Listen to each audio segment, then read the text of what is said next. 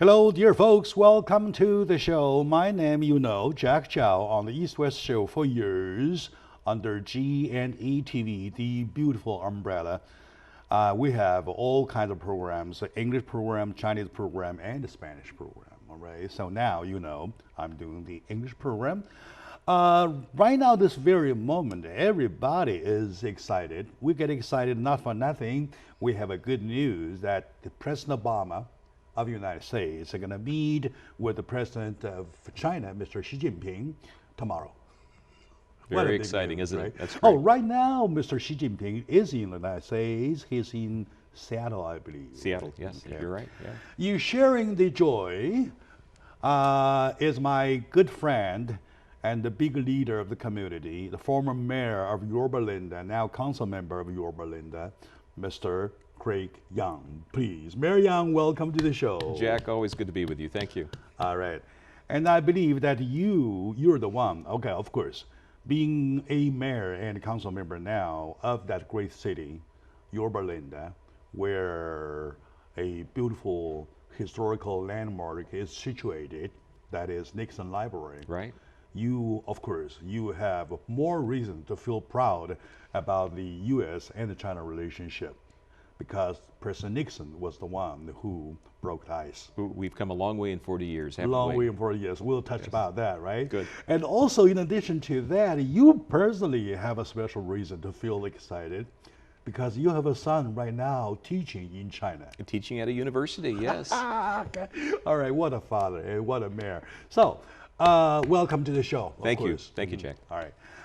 We know that in terms of talking about the U.S. and China relationship, you seem to talk about a huge subject, right?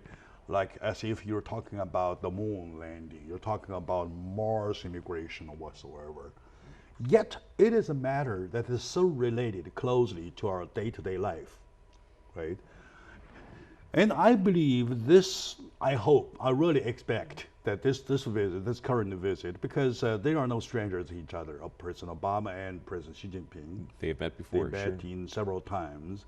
Even before this official visit, as presidential visit, there had been a few times in Beijing and in the United States. They met for several times. They're no Right. stranger at Right. all, right? They will, I mean, do something specific, more positive, right? More confirmingly to go ahead to boost up the U.S.-China relationship.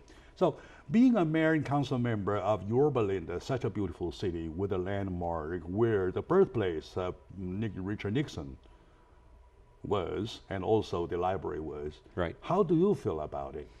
Oh, I think relationships between these two powerhouses, these two countries that are the largest economic countries in the entire world, it's essential that we continue to build better relationships.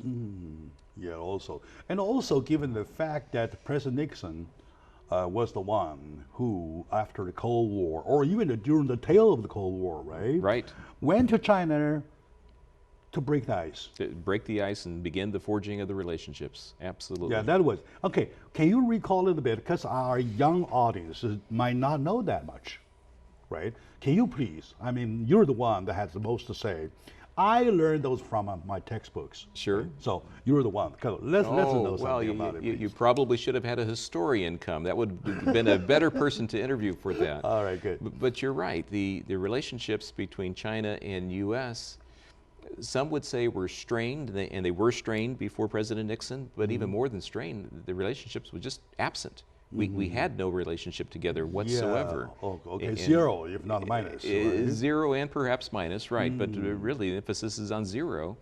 And yet, even then, with China being such a large, populous country, it was imperative, in the Nixon administration's opinion, that we build a relationship with a country that populates so much of the world.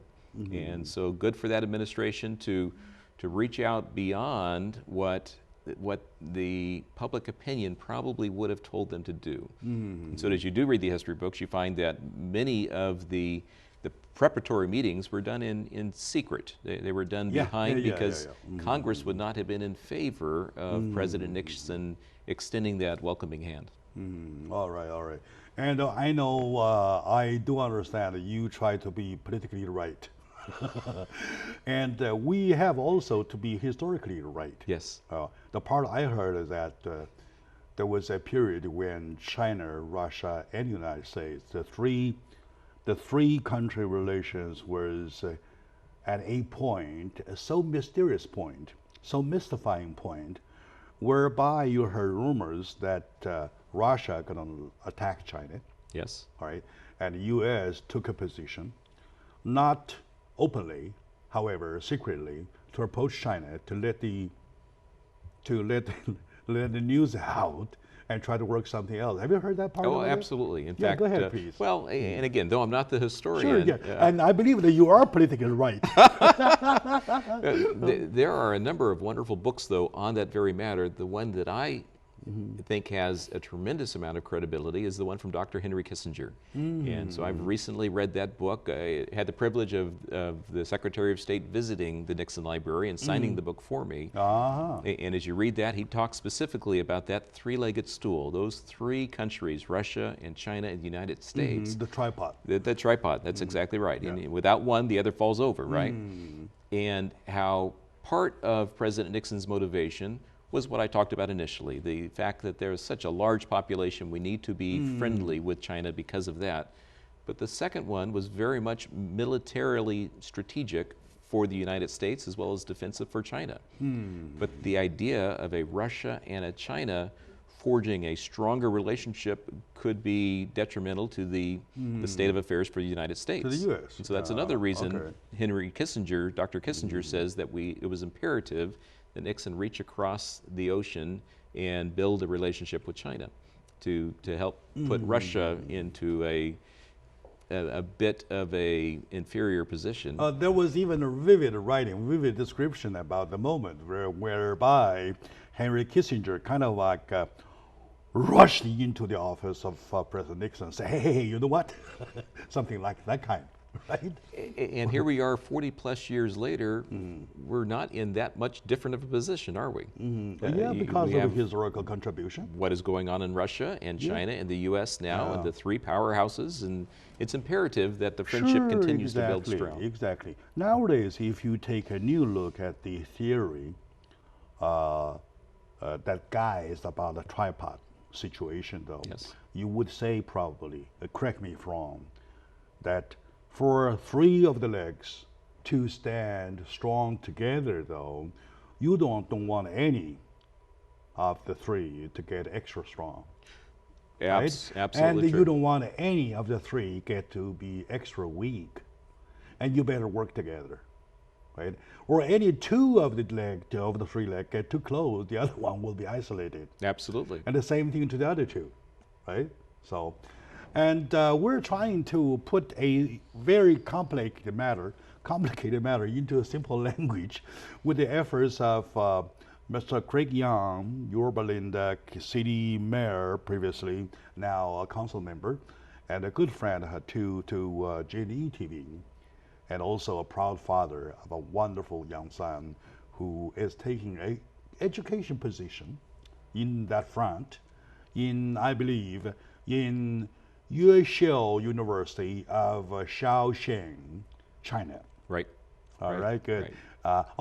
Yueshou University of Foreign Languages of Shaoxing, China. That's the whole thing. There's the whole title. Right. That's the whole thing, right? And his name is Jake Young. Jake Young. And you had him here, if you recall, yeah, sure. a number of months ago. Last time, remember? No. About a year ago, a year and a half ago, something? Yeah. Well, I guess a year and a half is a number still, right? Right. After his visit to China. And it was more than a visit. He actually, when he was a student, now he's a professor, but when he was a student, he studied in Shanghai for many months. All right, my dear audience, today we're trying to touch base with ourselves.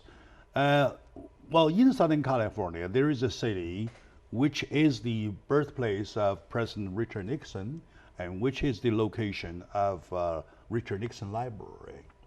And for that, we Californians, Southern Californians, take special pride, right, in the fact that we have given birth to somebody who broke the ice. Right. Right? Right. So absolutely. That's the glory, right? And also glory still stays with that we have a mayor, a father, of course, a wonderful father who has given birth to a wonderful son who is now 22 years old, 22, right? teaching in China. So that's how close we are.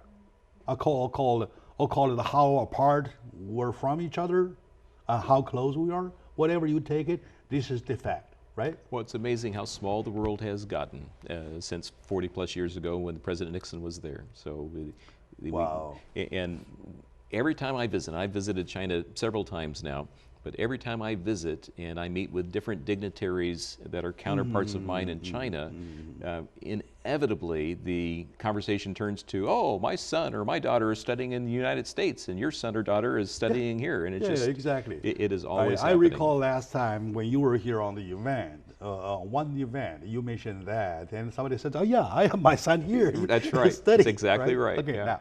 All right, my dear audiences, let's take a very short moment out. When we come back, we'll continue sharing the good story about a wonderful American kid teaching in China.